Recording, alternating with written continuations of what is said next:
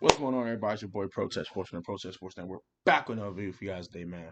Hope you guys staying blessed and healthy out here, man. If I get to all glory to God, for God, when I be talking to y'all right now. So I want to thank God for you guys, thank God for my family, my friends, and everything in my life. I'm just extremely grateful, man. Amen. So today, man, we're gonna get into this, man. Washington football team versus Los Angeles Chargers preview. We play tomorrow at 1 p.m. at FedEx Field for our season opener. I'm excited to see how this team looks in a regular season game. We've seen some little glimpses of preseason solid play, but especially offensively, I was very disappointed about the preseason outcome, the way they looked. But we're back and we're in a regular season game now, so no more preseason. Let's get into it. And hope we can get a huge W. So we're gonna get to the injury report, um, all that stuff as well. Injury report, key matchups, keys to victory, all that stuff in this video. So let's go and get into it. Um, First off, injury report. Austin Eckler for the Chargers is right now questionable with a hamstring injury. I do not expect Austin Eckler to play. Hamstrings are very tricky. And when you have a hamstring injury, it could flare up at any time. I don't think they're going to risk Austin Eckler to play week 1 for him to be out for another 2 or 3 weeks after week 1. Also, Curtis Samuel is also out for the Washington football team. He's currently on IR with the groin injury he suffered early in minicamp in June. He's still not recovered from that, and that's really a shame because I wanted to see Curtis Samuel in the season debut, and I expected him to play in this game, but he had to flare up earlier this week, and he had to set back and put him on IR for the next 3 weeks, so he would not be playing this game. Wish I had the full injury report in front of me. I can go grab it real quick. Never mind. I might need my phone. Never mind. I can't go grab it right now. But that is the major injuries for both teams. Let's get to key matchups. There's 3 key matchups in this game for me. For one, number one is Chase Young versus Rashaan Slater. That is the huge matchup in this game. Everyone's talking about Rashaan Slater, how he beat Chase Young in college, and he couldn't get no pressure on the quarterback against Northwestern in that game, and he pretty much shut Chase Young down. It's time for Chase Young to exude his dominance once again, like he did last year.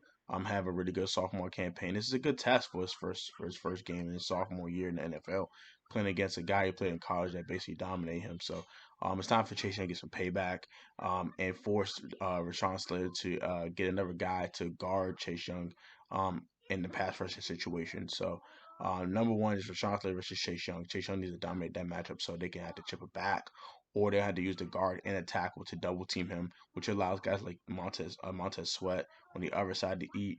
Also, you have guys like Deron Payne, Jonathan Allen. They're in the middle. If the guard's doubling Chase, then that allows Deron and John to just go haywire and just go complete roundhouse on their whole entire offensive line.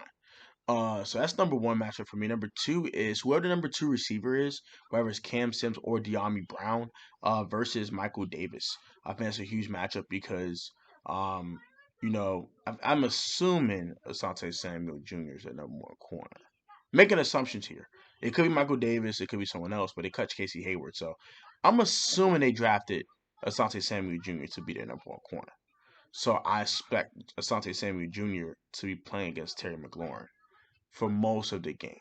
So whoever that number two receiver is, if it's Cam Sims or De'Ami Brown facing against Michael Davis, makes a huge matchup. I think they need to win that matchup, win it consistently. I need De'Ami or Cam to catch the football consistently. I don't need no drops. I need them to eat. I need them to eat because that allows the Chargers to keep them honest offensively and not double Terry. So that's why I think that matchup is so big because if they double Terry and the other person's not eating, then that really sets our offense back a ton.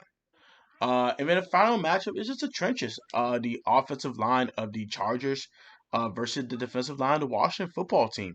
We need this defensive line, this highly touted defensive line, this maybe overhyped defensive line to eat in this game. I need Deron, John, Matt, Tim in the middle to really just dominate in this game, and I need the ends to force double teams so the middle guys can eat and give Justin Herbert a very frustrating time.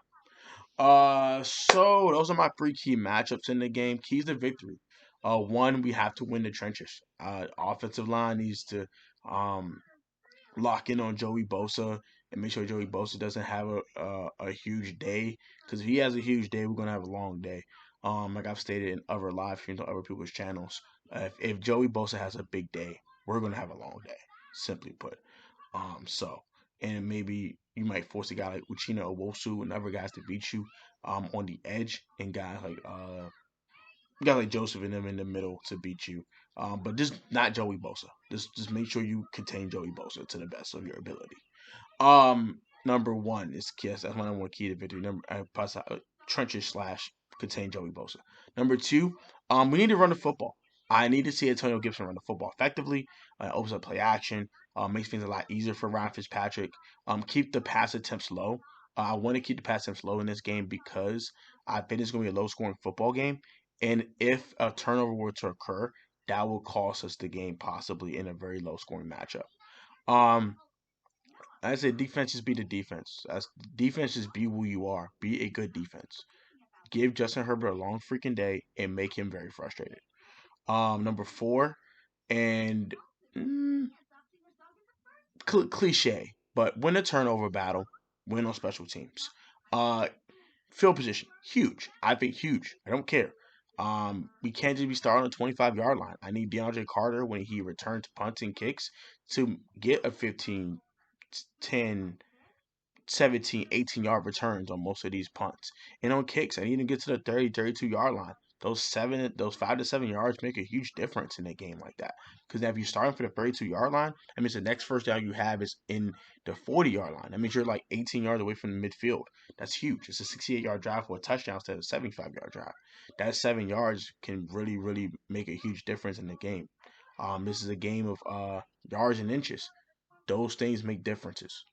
So yeah, special teams got to win. Dustin Hopkins got to make his kicks. DeAndre Carter on the return game needs to be very, very solid. And punt and kick return coverage groups need to be huge. I don't need big returns in this game from the Chargers. I need them to be locked down. If they want to take out the end zone, that's fine. Keep their butt before the 25. Have them start from the 19, the 18, the 20, the 15, the 12, stuff like that. Like that's huge. Field position is huge in this game, bro. I don't think it's going to be a bunch of points scored in this game. So field position is going to make a huge, huge, huge impact on this football game. So that's keys to victory, key matchups, injury report, and I'm going to give you guys my final score in this game. Um, I do also want to apologize I'm not live streaming this one. I'm a live streaming next week, honestly. Just I had a lot going on yesterday. Sorry.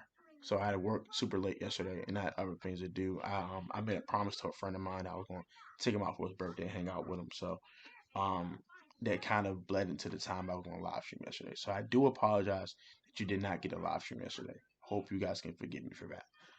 But final thing is the final score. I do think the Washington football team will win this game. I know we're not. I know we're down Curtis Samuel. I understand that, and I understand some fans being like, "Oh, we're not gonna win this game. We got Curtis Samuel." But I think our defense is going to be hellacious against this offense. I think William Jackson will hold his own against Keenan Allen. He's played against Keenan Allen multiple times. He's played in the AFC. He knows who Keenan Allen is. He knows how Keenan Allen plays. He knows how good a route runner he is. He knows how he gets open. He knows Keenan Allen very, very well. I mean, he hasn't played in his division or anything like that, but he played in his conference for 4 years. He should know Keenan Allen enough. Also, I think Kendall Fuller should be able to handle Mike Williams. I don't think Austin Eckler is going to play in this game. So guys like whoever their backup running back, Joshua Kelly, whoever the backup running back is trying to step up. I think we can hold down the run game with the Chargers forcing the throw, and then we can dial some blitzes, maybe some exotic blitzes to keep Justin Herbert guessing, to keep him kind of off balance. And we're gonna get the Chargers a long day offensively. And I think defensively, for the Chargers, they're gonna hold our offense down too. But I think Antonio Gibson's gonna be a huge, huge X factor in this game. Running the football and keeping things balanced for the Washington football team and allowing them to go play action fake. And that's going to open up things for Terry McLaurin, De'Ami Brown, Adam Humphries, Logan Thomas even. So I think Washington football team wins this game 17-13, a very, very tight football game. I think we get up by one late with a touchdown pass from Ryan Fitzpatrick. And then we have one more drive to kick a field goal to get up four. Justin Herbert gets the ball last, but we stop Justin Herbert. on turnover on down to win the game, get out of there with a huge 17-13 victory.